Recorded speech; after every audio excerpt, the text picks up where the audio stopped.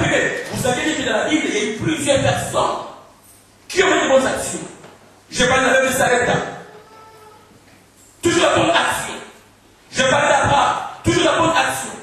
Et je peux citer tant d'autres exemples de la Bible. Et aujourd'hui, laissez-nous nous dire qu'on ne parle plus de l'Ancien Testament, on parle du Nouveau Testament, mais on parle également de la Bible ambulante. Alléluia. Donc la Bible est continue maintenant à se concrétiser. La Bible continue de se concrétiser maintenant. Et cette Bible ne peut que se concrétiser au travers de toi et moi et tant qu'Église. Alléluia. Amen. Parce qu'on ne parle plus d'Abraham aujourd'hui, mais on doit parler de toi. On ne parle plus également de Sarah, mais on doit parler de toi. Mais comment peut-on parler de toi quand il s'agit de cet amour de Dieu, de cette puissance de Dieu, sans que les actions puissent se concrétiser? D'où cette femme ayant parlé à son mari qu'on peut trouver ou aménager un endroit pour l'homme de Dieu. Et voilà bien que l'endroit fut aménagé pour l'homme de Dieu. Il se sentait à l'aise. Et la Bible dit ceci plus loin. Cette femme avait au moins l'œil spirituel pour comprendre que voilà, celui-là c'est un homme de Dieu. Pourquoi a-t-elle fait cela? Parce qu'elle avait l'œil spirituel.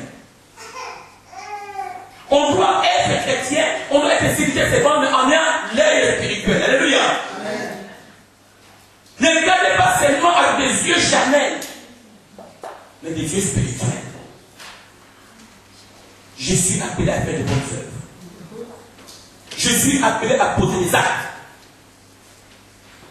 L'homme de Dieu ne va pas demander que j'ai besoin de manger chez toi. L'homme de Dieu ne va pas demander que j'ai besoin que tu puisses m'héberger.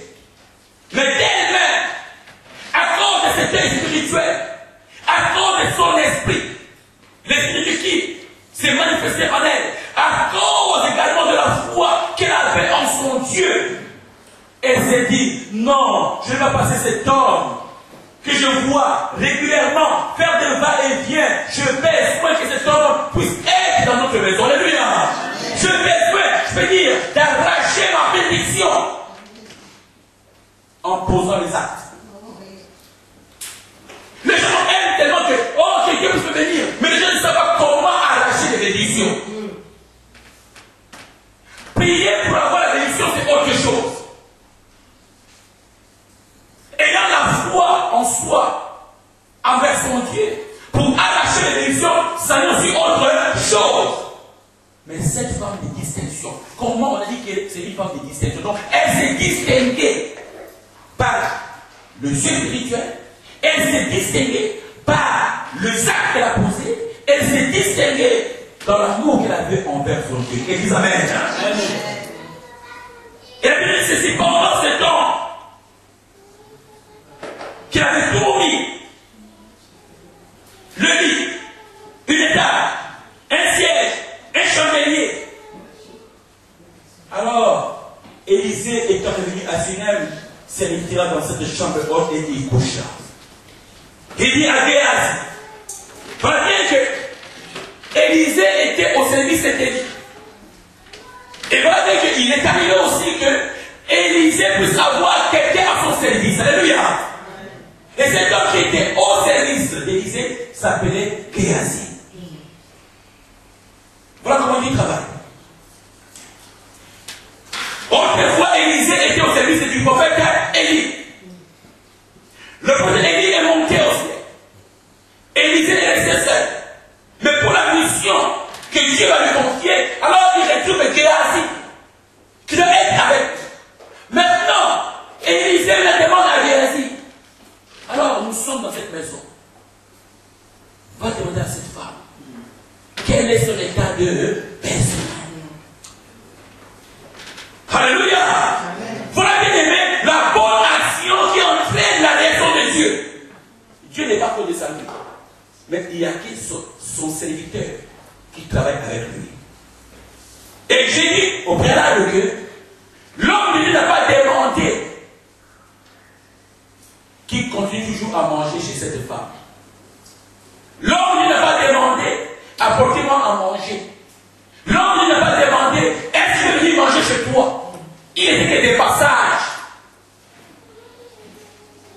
Alléluia. Et dans des passages, alors cette femme, c'est toujours, je peux dire, à la fenêtre pour regarder qui passait. Et cette femme était toujours dehors pour regarder qui passait, les mouvements des gens. Dieu seul sait. Mais comment a-t-elle su avec les spirituels que cet homme était un homme de Dieu? Que je puisse proposer mes services. Alléluia. Je dois proposer mes services. Je dois bousculer Dieu. Pour que son serviteur puisse trouver au moins des fiches entre les maison. Non seulement manger, mais qu'il trouve un endroit pour dormir. Alléluia. Alors quand il a lancé cette invitation, alors l'homme de Dieu dans l'amour qu'il avait, il s'est dit non, je dois venir chez toi à la maison. Alléluia. Et désormais, il a commencé à manger ensemble avec toute la famille. Il a commencé à passer la nuit ensemble avec cette famille. Et ayant sa chambre à lui, donc qui était appelée la chambre haute. Et dans cette chambre haute, il y avait un lit. Et quand il devait sur ce lit, laisse-moi dire, la gloire de Dieu descendait. Alléluia. Quand il dormait ce lit, la présence de Dieu était dans cette chambre. Non dans la chambre, mais dans la maison entière. Mais particulièrement sur ce lit où elle s'était couchée. Avec le double ensemble qu'il avait. Et je ne sais pas, ça c'est le.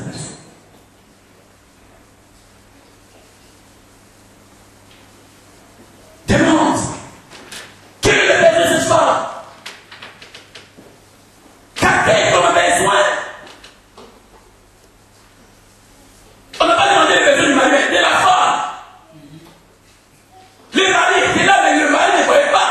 Cet homme était passé, n'est-ce pas? Gloire à Dieu, Seigneur. Alléluia. Gloire à Dieu, maman. Alléluia. Alléluia. Est-ce qu'on peut accueillir le poème même aussi? Une maman qui dort, ne sois pas une maman qui ne peut pas se lever, mais sois une maman qui est éclairée par le Saint-Esprit. Parce que quand tu es maman aidée par le Saint-Esprit, tu peux voir beaucoup de choses, tu peux comprendre beaucoup de choses, et laisse-moi te dire, tu peux provoquer la main de Dieu. Aujourd'hui, il y a des chrétiens qui ne provoquent plus la main de Dieu, qui se contentent que tout soit servi à table, que les chefs puissent descendre. Et que les anges puissent descendre et vous servir. Mais il y a des situations, il faut provoquer la main de Dieu. Alléluia. Il y a des situations, il faut provoquer la main de Dieu. Mais pour provoquer la main de Dieu, ça ne se passe que par de bonnes actions. Alors, Géasi maintenant a répondu à son serviteur. Il dit, Géasi, il dit voilà, maître, j'ai constaté où je m'aperçois dans cette maison, il n'y a pas de cri d'enfant. Dans cette maison, il n'y a pas de cri d'enfant. Ça veut dire que dans cette maison, le mari et la femme n'ont point d'enfant. Alléluia. Donc il y a un besoin dans cette maison. Alléluia. Mais comment pouvoir à cet état de besoin? Alors l'homme dit non, fais-moi venir cette femme. Appelle-la. La femme de distinction, appelle-la. La souveraine, appelle-la. Alors, quand Géasi a dit qu'il n'a point de fils, et son mari est vieux. Ça, c'est notre équation, notre problème. Donc, Élisée est entré dans une maison à problème. Mais comment solutionner le problème? Mais la femme qui était là, elle a fait une bonne action sans s'attendre que sa situation devait être résolue. Alléluia. Elle a fait une bonne action sans s'attendre à recevoir une demande quelconque ou une réponse quelconque. Alors de Dieu dit à Dieu. Mais c'était une intention là de foi, de réaction, de formation pour que le Dieu de gloire qu'elle a connu puisse, en tout cas, agréer au moins cette bonne action. Appelle-la, Jésus l'appela, et elle se présenta à la porte. Et il lui dit, à cette même époque, l'année prochaine, tu embrasseras un fils. Et elle dit, non. Alléluia. Alléluia. L'homme de Dieu lui dit, à la même époque,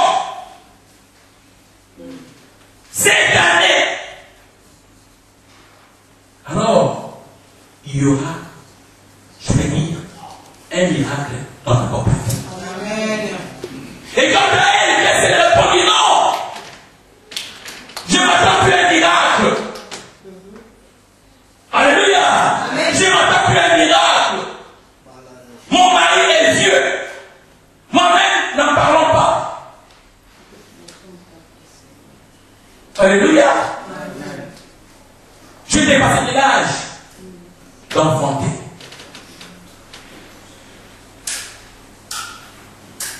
Non, l'homme de Dieu. Seigneur, homme de Dieu, ne trompe pas ta servante. Alléluia. Amen. Ne trompe pas ta servante. Donc pour elle, c'est déjà terminé. Dans cette situation, elle a déjà mis la croix. Oh, la croix, c'est déjà la victoire. Alléluia. Amen. Ne trompe pas ta servante. Parce que je suis dans une situation déjà qui est mortelle. Tout en moi est mort. Mais je ne me dis pas l'action, te laisser voir pour manger, te laisser voir pour trouver un endroit pour dormir. Parce que je vis en toi que tu es un saint homme de Dieu. Ma bonne action, c'est lui qui l'a. Mais qui t'a donné de découvrir le besoin qui se présente dans ma maison. Moi, je ne suis pas dans ce genre de besoin. Alléluia. Peut-être que j'ai tellement payé, fatigué. Oh, peut-être que j'ai tellement demandé, fatigué. Il me reste à faire des bonnes actions. Mais non. Homme de Dieu Élisée. Ne trompe pas ta servante. La Bible dit ceci. Oh, l'homme de Dieu lui avait dit, à cette même époque, l'année prochaine, tu embrasseras un fils. Et cela fut ainsi. Alléluia. Je parle de la parole prophétique de la part de l'homme de Dieu. Soit des fois, quand Dieu utilise ses serviteurs, les personnes ne comprennent pas. Des fois, Dieu nous utilise et nous parle d'une manière ou d'une autre. Mais des fois, quand nous croyons que c'est le pasteur seulement qui parle, tu penses d'une manière, jamais tu peux passer à côté de la bénédiction. Mais il est dit que la parole qui sortait de ta bouche a une puissance. Amen. La parole qui sort de ta bouche a une puissance. Et si c'est seulement si que cette parole provient de nom de Dieu, appelé par Dieu, mandaté par Dieu, qui a fait le droit des gardes de Dieu, quelque chose est passé. Alléluia. Nous avons vu dans la Bible tout ce dont Dieu a utilisé. Homme de Dieu, femme de Dieu. Et en prononçant des paroles, quelque chose est toujours passé. Dieu a toujours veillé sur sa parole, accompli sur sa parole. Quand elle avait dit, non, ne trompe pas ta servante, je ne sais pas à quoi pensait-elle. Elle s'est pensée à sa vie. Elle s'est pensée à son état. Peut-être de ménopause.